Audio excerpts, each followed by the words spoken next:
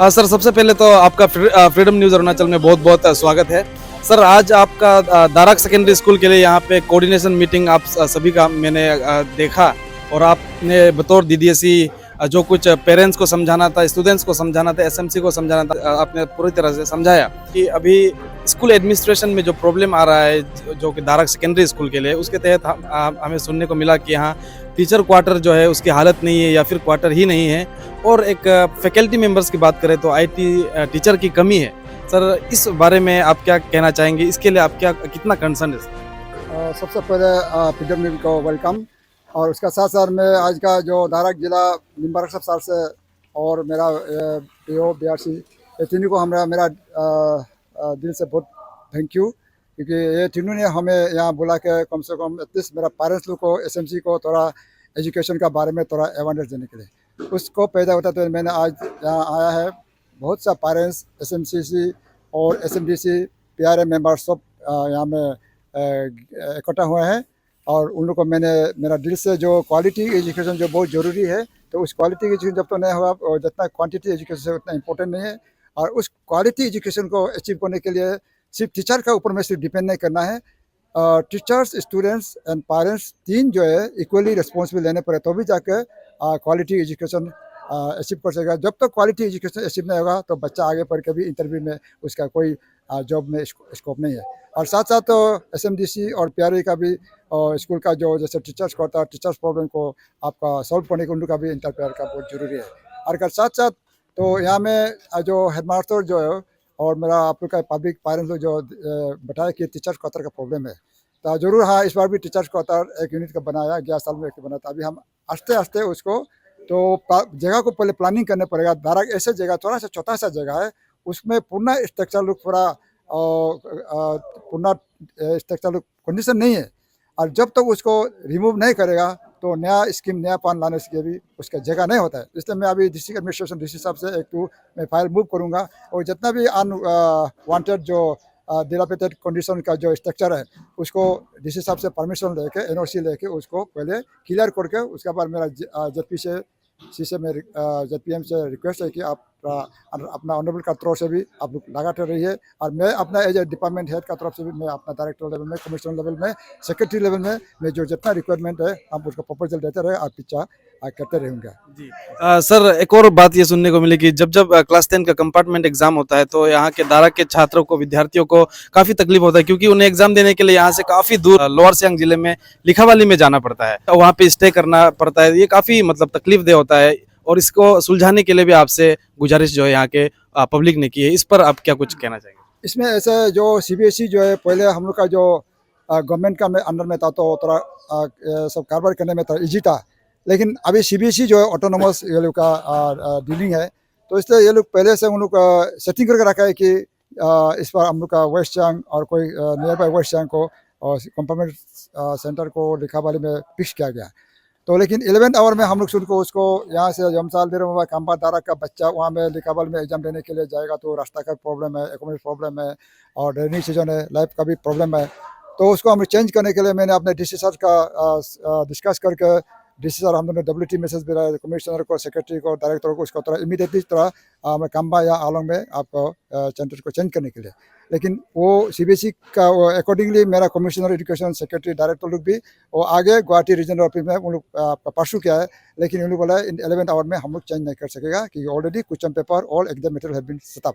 तो इसके लिए मैं वही है कि अभी डीसी साहब को डिस्कस करके मेरा कमिश्नर डायरेक्टर से डिस्कस कर आने वाला साल से तो ये दोबारा प्रॉब्लम होने नहीं देना है और ऐसा नहीं होने देंगे, कोशिश करेंगे वो जैसे भी अपना डिस्ट्रिक्ट में ही सेंटर कंपार्टमेंटरी का सीबीएसई का होना है। सर आखिरी सवाल, सर इस बार जो सीबीएसई रिजल्ट रहा पूरे वेस्ट सियांग जिले का कुछ खासा अच्छा नहीं रहा, तो अभी सर इस बार जो नया सेशन शुरू हो रहा है, इस बार जब परिणाम आएगा, रिजल्ट आएगा, तो इस परिणाम में परिवर्तन के लिए आप क्या कितने कंसर्न है और क्या कुछ कदम उठा रहे हैं? तो इसके लिए बच्चा का रिजल्ट अच्छा होने के लिए सबसे पहले टीचर्स का रोल बहुत इंपॉर्टेंट होता है। टीचर डेडिकेट और सिंसियरली और उसका वॉलंटियरी एक सेक्रीफाइस होने पड़ेगा तो तभी तो टीचर का स्टूडेंट का कुछ रिजल्ट चेंजेस सीबीएसई ला सकता है। उसको सोचकर मैंने जब डीडीसी से ज्वाइन होने का साथ साथ मैं सभी स्कूल में जाकर टीचर लोग से अपील किया है, रिक्वेस्ट किया है हम लोग सब यूनाइटेडली और टीम वर्क स्पिरिट मेंटेन करना है और हेडमास्टर के साथ कोऑपरेट करके सब्जेक्ट टीचर लोग हम लोग सब यूनाइटेडली मिल के अपना स्टूडेंट को कम से कम एक्स्ट्रा एफर्ट देना है। ये नहीं सोचना है कि हम महीना सैलरी मिलने से हो गया, मेरा ड्यूटी करने से हो गया, मेरा कोर्स है, उसमें नहीं होता है। हम एक एक्स्ट्रा एफर्ट दे के हमें स्टूडेंट को चेंजेस लाना है। और उसके बाद में यहाँ में इस साल डिस्ट्रिक्ट में बहुत रिजल्ट खराब हुआ तो सीबीएसई का, इसलिए मैं उसको रूट कोड को जानने के लिए मैंने सभी प्रिंसिपल, हेडमास्टर और सब्जेक्ट टीचर को 100 का नोटिस इशू किया कि तो रीजन जानने के लिए। तो वहाँ से मैं सब सब्जेक्ट टीचर और ये हेडमास्टर लोग से, प्रिंसिपल लोग से 100 का नोटिस मिल के मैंने कंपाइलेशन एवोल्यूशन किया। तो एक तो रीजन ये बनता है कि खराब होने का, ये पहले का कोरोना वजह से और उसके बाद में आरटी नॉर्म्स का वजह से और सीसी नॉर्म्स का वजह से सब तरह कुछ प्रॉब्लम है। लेकिन वो तो अभी उसको तो गवर्नमेंट बैन कर दिया। लेकिन अभी कारण जो प्रॉब्लम ये है कि टीचर लोग का कहना, प्रिंसिपल का कहना, सब्जेक्ट टीचर का मेरा 100 का नोटिस से मेरा मालूम है कि ये टीचर स्टूडेंट सिर्फ डेडिकेट रिस्पॉन्स नहीं होगा, पेरेंट्स का रिस्पॉन्सिबिलिटी होने पड़ेगा। पेरेंट्स का टर्न अप रिस्पॉन्सिबिलिटी, उन लोग का ड्यूटी, उन लोग का बच्चा का घर में जो स्टडी टाइम टेबल मेंटेन करना, कंडीशिव एटमॉस्फेयर स्टडी मेंटेन करना, वो पेरेंट्स नहीं करता, जिसका कारण से वो पढ़ाई बच्चा का रिजल्ट अच्छा नहीं होता है। इसलिए मैं आज पेरेंट्स को समझाया आप लोग भी रिस्पॉन्सिबिलिटी ले लीजिए। Thank you. इस वक्त हमारे साथ दारक के जिला परिषद मेंबर अक्सर जी हैं, इनसे भी पूछते हैं। सर, आज के इस कोऑर्डिनेशन मीटिंग जो एजुकेशन डिपार्टमेंट के साथ, पेरेंट्स के साथ, एसएमसी के साथ और बीईओस के साथ हुआ, ये देखा गया कि आपके चेयरमैनशिप में हुआ, आपके नेतृत्व में हुआ। सबसे पहले तो ये जानना चाहेंगे कि इस कोऑर्डिनेशन मीटिंग का आपका मकसद क्या था? फ्रीडम न्यूज़ को मैं धन्यवाद देता है। आपके माध्यम से आज हमारे जो टीचर्स पेरेंट्स कोऑर्डिनेशन मीटिंग को यहाँ कवरेज करने के लिए आया। आपको मैं धन्यवाद देते हुए, आज का टीचर्स जो पेरेंट्स कोऑर्डिनेशन मीटिंग में मेरा ये आने का मकसद ये था, पिछले आपने अभी अभी बोला है, दीदी से साहब से भी आप पूछा है, क्योंकि एजुकेशन का रिजल्ट थोड़ा हमारा वेश्यांग में ठीक नहीं था। तो खास करके हमारा ये सर्कल में भी सेकेंडरी स्कूल है, तो मेरा जुरिडिक्शन में, तो उसमें भी खास ठीक नहीं था, इसलिए मैं खुद आने पर गया।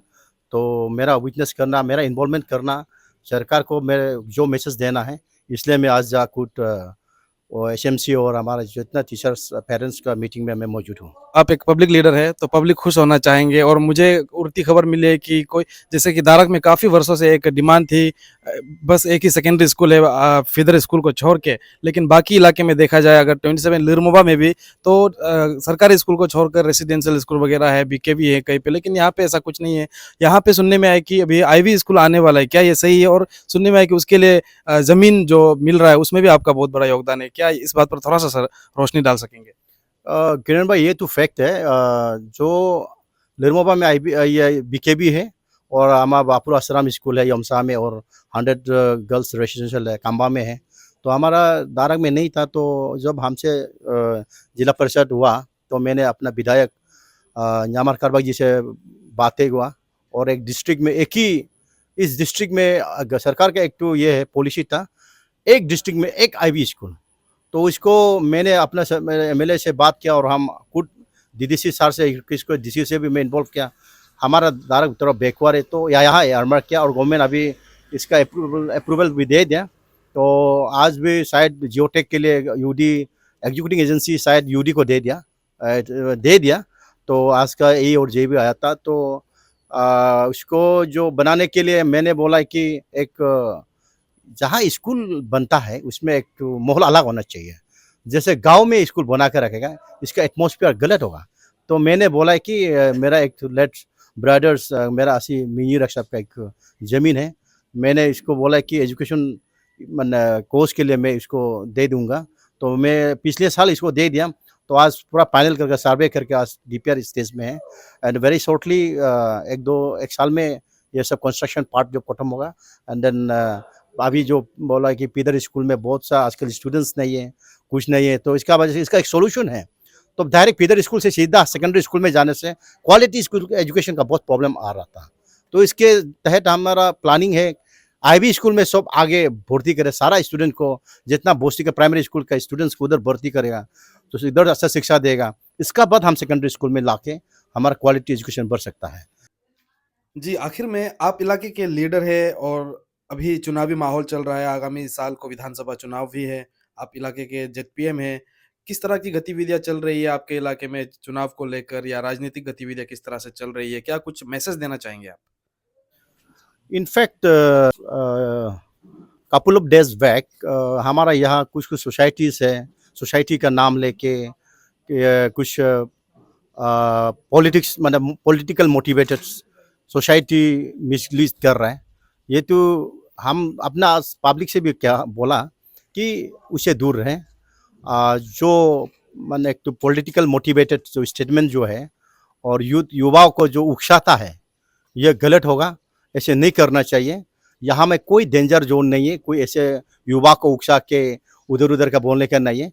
पॉलिटिकल में आपका जो डेमोक्रेसी है, जो हमारा फंडामेंटल राइट्स है, जो एडल्ट प्रिंसेस राइट है, वो सब अपना एक सुंदर से पॉलिटिक्स में इन्वॉल्व होना है। अपना एक एडल्ट प्रिंसेस सुंदर से कास्टिंग करना है बाय चॉइसिंग द जो अच्छा जो लीडर है, अच्छा पॉलिटिकल पार्टी है, उसका हिसाब से हम लोग देखना है। ऐसे कम्युनलिज्म पॉलिटिकल मोटिवेट करके कोई सोसाइटी का नाम को मिसयूज नहीं करना चाहिए। हम ये अपील है, लास्ट टाइम कोई हमारे दारक में आया था कपल ऑफ डेज बैक, आपका give me your blood I will give you from political salivary, एक हमारा कार्गोकाडी वेलफेयर सोसाइटी नाम से यहाँ एक तो अवेयरनेस मीटिंग चल रहा था, तो हम तो इसको सहमत नहीं हुआ। तो ऐसे नहीं बोलने चाहिए, ऐसे कोई नौबत नहीं है कि यहाँ में जान देने का कोई पॉलिटिकल में नहीं है। That language was used by our freedom fighter Subhash Chandra Bose. तो हम तो अपने देश के लिए, जमीन के लिए सुभाष चंद्र बोस ने ब्रिटिश को बोला था। बट दैट्स वे मतलब अनएक्सपेक्टेड लैंग्वेज यहाँ नहीं चलना चाहिए। और हम अपना दारा का जितना मेरा जुडिशन का जो लोग को भी मैं समझाया, ऐसे उसे मत करो, ऐसे करके कल को अपने युवा को उकसा के कोई मतलब कम्युनल टेंशन हो जाएगा, कोई तोड़फोड़ करेगा, किसी का ये करेगा।